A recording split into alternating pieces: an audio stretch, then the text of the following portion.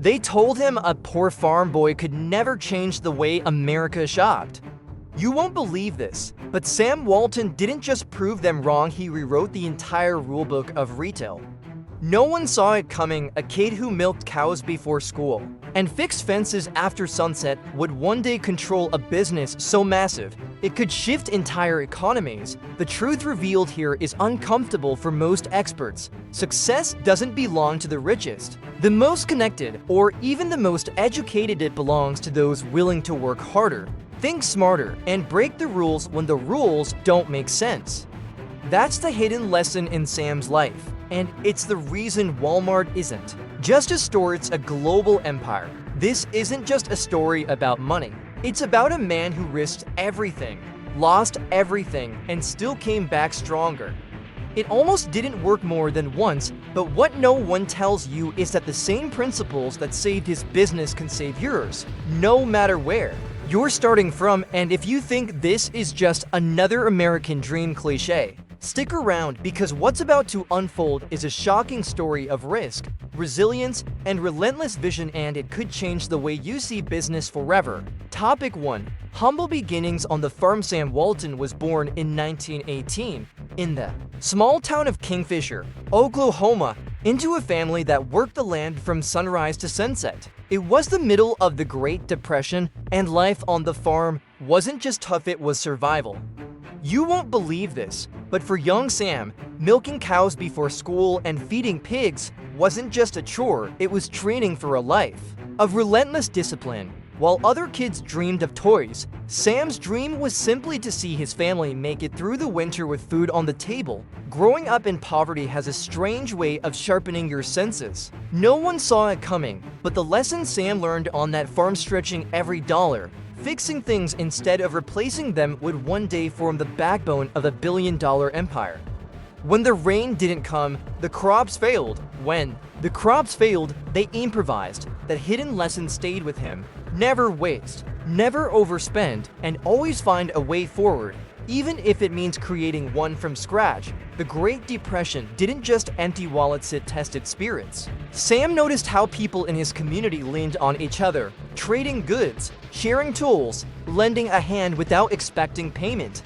The truth revealed to him was that trust and relationships were as valuable as money. Decades later, those same principles would shape how he treated employees and customers. And here's something you can apply right now. In any business or career, treat people like partners, not transactions. It's the ultimate investment. In school, Sam wasn't just another farm boy. He pushed himself academically, excelling in sports, debate, and leadership roles. It almost didn't work balancing farm duties with school, left little time for rest, but the discipline forged in those early mornings and long days gave him an edge. His teachers noticed something rare, a boy who didn't just follow instructions, but looked for better ways to do things. That mindset is worth copying. Ask yourself daily, how can I make this just a little better? But life on the farm also had its harsh realities. Winters could freeze water troughs solid. Summers could burn crops to dust. What no one tells you is that surviving those extremes builds a resilience that no classroom can teach. Sam saw his parents work through exhaustion, never quitting even when the reward seemed far away. He began to understand that success wasn't about luck, it was about showing up every day, especially when it's hard. And while the farm may have seemed small, Sam's curiosity was enormous. He watched traveling salesmen pass through town with shiny cars and confident voices and wonder what life looked like beyond the dusty fields. That curiosity would soon take him off the farm into a world where his early lessons in thrift, hard work, and people skills would be tested in ways he couldn't yet imagine. And that's where his story takes a surprising turn. Topic 2. Early work experience and business aspirations. After graduating from college, Sam Walton didn't step straight into greatness. He stepped into a $75 a month job at JCPenney. You won't believe this, but that paycheck barely covered rent and food. Still, he soaked up every bit of retail knowledge like a sponge. He learned that greeting customers by name wasn't just polite, it was a silent invitation for them to come back. That hidden lesson, buried in small-town retail, would later explode into a billion-dollar customer loyalty strategy. At JCPenney, Sam was meticulous. He'd straighten merchandise, study sales patterns, and even know which items customers picked up but didn't buy. No one saw it coming, but this quiet observation turned into a superpower, predicting what people wanted before they even knew it themselves. And here's something you can apply whether you're selling products or pitching ideas. Pay attention to what people almost choose. That's where untapped opportunity lives, but not everyone saw his potential. A supervisor once told him he had no future in retail because he was too nice to be tough on customers.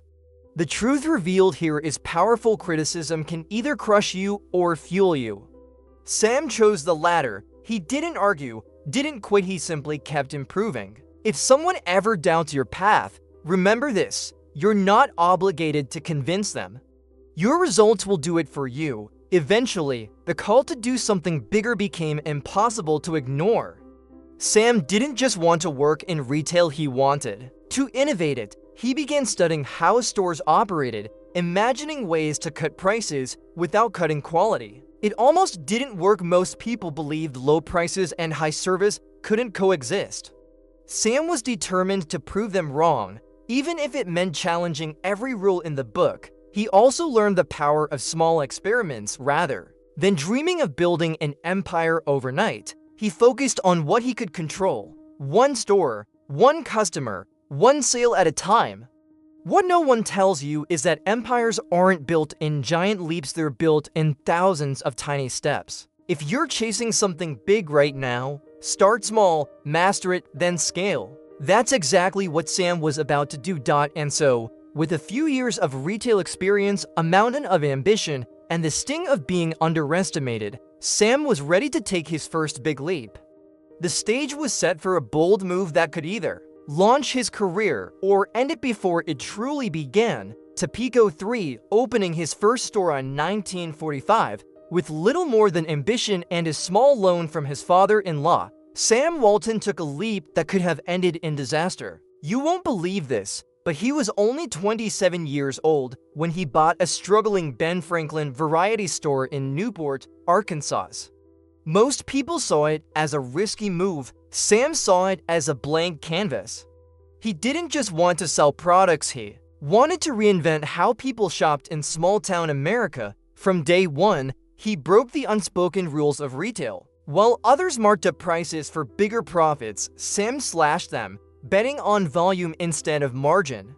No one saw it coming, but this sell more for less approach would later disrupt the entire retail industry. Imagine walking into a store in the 1940s and finding prices so low, you felt like you'd stumbled into a secret sale.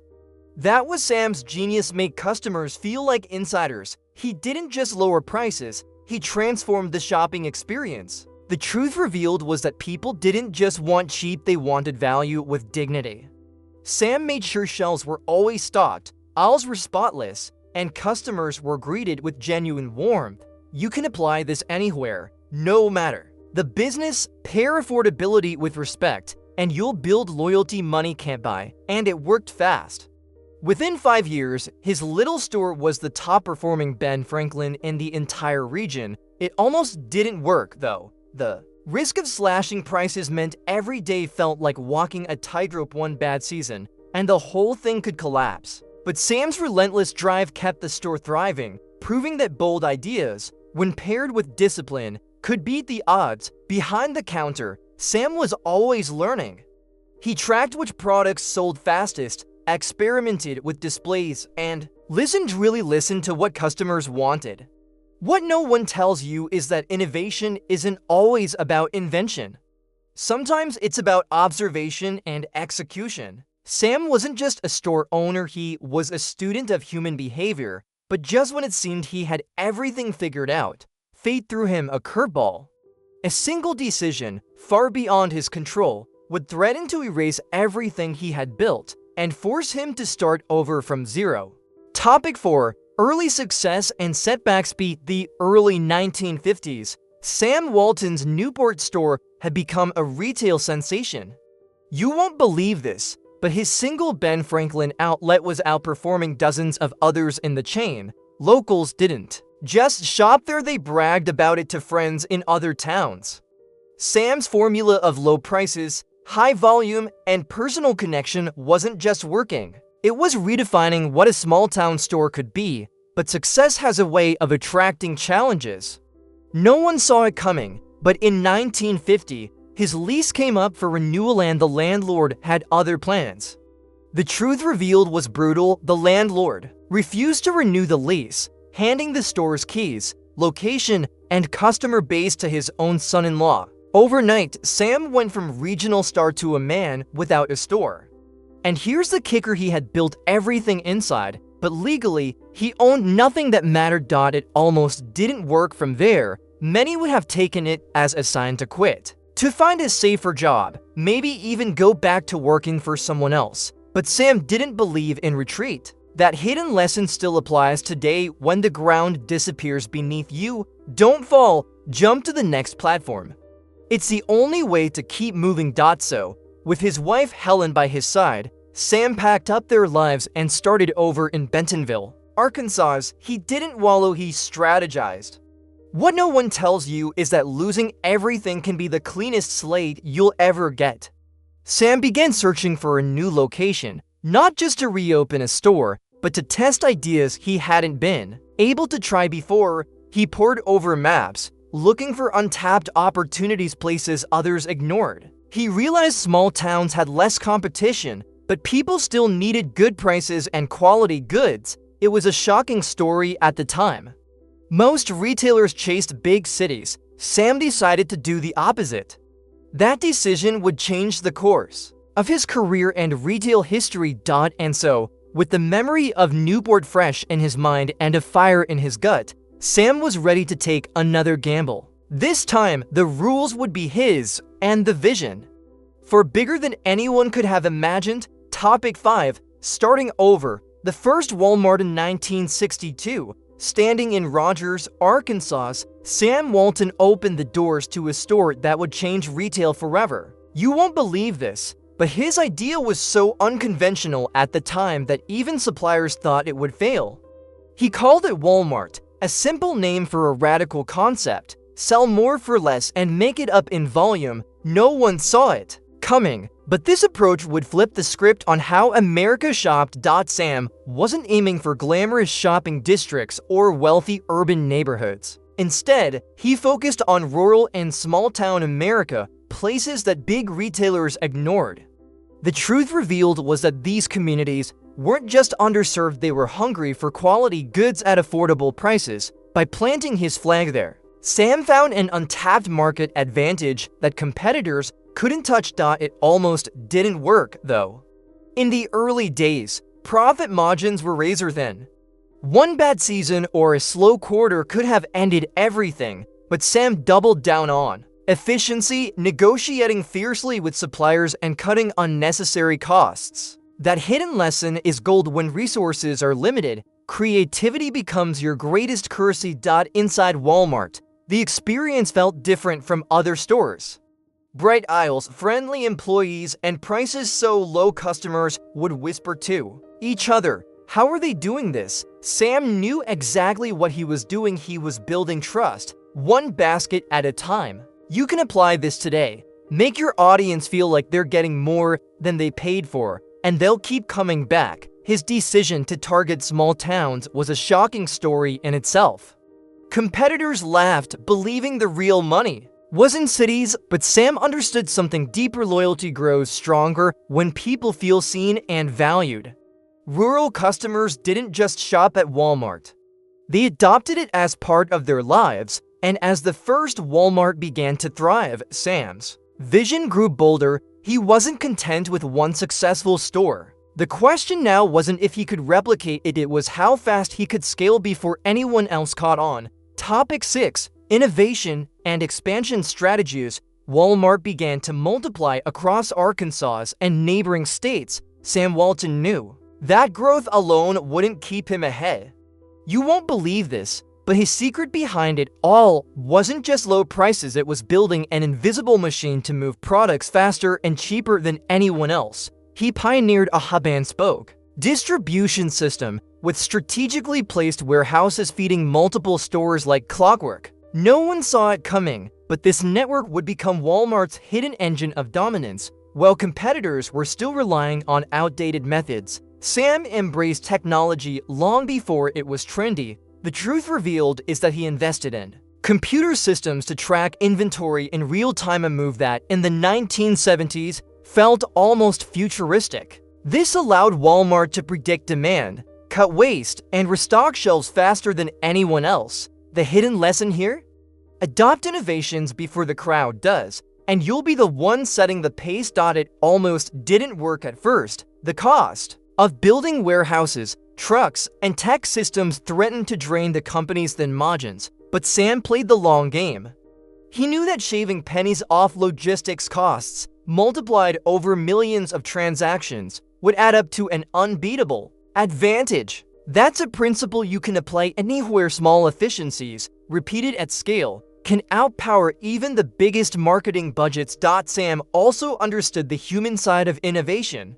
He gave store managers autonomy, encouraging them to experiment and share ideas. What no one tells you is that innovation isn't just about tools, it's about culture. By empowering his team to think like owners, he created a company that could adapt quickly and outmaneuver sluggish rivals. This relentless drive to improve every detail, from truck routes to shelf placement, made Walmart not just a store, but a finely tuned ecosystem. Customers didn't see the machinery behind the scenes, they just saw consistently low prices and full shelves. That was exactly the point, and as the system clicked into place, Walmart's reach grew like wildfire. The next step wasn't just regional domination, it was turning this machine loose on the entire country. Topic 7. Becoming a national powerhouse. By the late 1980s, Walmart wasn't just another retail chain, it was rewriting the rules of American shopping. You won't believe this, but in less than 3 decades, Sam Walton had turned a single, small-town store into the largest retailer in the United States. No one saw it coming, especially the old guard of department stores that once thought Walmart was too rural to matter. The truth revealed was that rural America had built a retail giant right under their noses. Aggressive expansion was the name of the game. Sam's strategy was simple but lethal. Move into new territories quickly, saturate them with stores, and back them with his unstoppable distribution network. It almost didn't work in some states. Local competitors fought hard, slashing prices and trying to hold their ground, but Walmart's efficiency made it a battle they couldn't win. The hidden lesson? Consistency will crush flashiness every single time, and Walmart didn't just compete on price, it competed on identity. Customers felt like the company understood them, valued them, and gave them dignity in every purchase. This wasn't just marketing, it was culture. What no one tells you is that when people feel a brand is on their side, they'll forgive mistakes and stay loyal for life. Inside the company, Sam kept the energy electric. He'd fly to different stores unannounced, talking to employees, asking questions, and sharing insights. These visits weren't for show, they were his way of keeping the pulse on what really happened in the trenches. You can apply this anywhere. The closer you are to the front lines of your work, the more connected you are to reality. By this point, Walmart's competitors weren't asking if Sam would come to their markets, they were asking when. The shocking story was that the big city retail elite, once dismissive, were now studying his playbook. His blend of low prices, operational excellence, and customer connection was something they simply couldn't replicate overnight. And yet, Sam wasn't satisfied. While others might have slowed down to enjoy the victory, his eyes were already on the horizon, scanning beyond U.S. borders for the next great frontier. Topic 8. Global expansion and corporate culture. By the early 1990s, Sam Walton had already conquered America's retail landscape, but you won't believe this, he wasn't done. No one saw it coming, but his next move was to take Walmart beyond U.S. borders. The truth revealed was that expansion into Mexico, Canada, and later the UK wasn't just about selling more, it was about proving that his model could work anywhere in the world. Each new country brought unique challenges, from different shopping habits to cultural barriers. But Sam approached them with the same curiosity he had on the farm decades earlier. Global growth wasn't just about planting stores, it was about planting values. The hidden lesson was that a company's culture must travel with it. Sam made sure that everyday low prices and customer respect weren't just slogans, they were non-negotiable principles. Whether in a small town in Texas or a bustling city in Mexico, Walmart employees were taught that the customer was the boss. It almost didn't work in some regions. Language barriers, logistical hurdles, and skepticism from local markets could have derailed the plan. But Sam's solution was brilliant. He partnered with local retailers who understood their markets inside out, blending Walmart's efficiency with local know-how. That's a strategy anyone can use when entering unfamiliar territory. Align yourself with those who've already mastered it. Inside the company, Sam fostered a culture that was as frugal as it was ambitious. What no one tells you is that Walmart executives would share motel rooms on business trips, fly coach, and pay for their own coffee. This wasn't about being cheap, it was about sending a message. If leaders watch every dollar, the rest of the company would to. Employee ownership became another cornerstone. By giving workers a stake in the company, Sam turned them into partners in its success.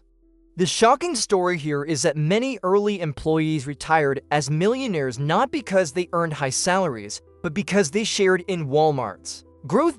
And as Walmart's footprint spread across continents, the stage was set for something bigger than retail dominance. Sam's life work was becoming more than a business, it was transforming into a legacy. Topic 9. Legacy and impact. When Sam Walton passed away in 1992, you won't believe this, but Walmart was already pulling in over $50 billion in annual sales. No one saw it coming that a poor farm boy from Oklahoma would build the largest retailer on earth. The truth revealed is that his empire wasn't just about money. It was about redefining how people shopped, how companies treated customers, and how efficiency could empower everyday lives. His everyday low prices philosophy wasn't a marketing trick, it was a promise. The hidden lesson resonates. Even today, if you consistently deliver value, trust compounds.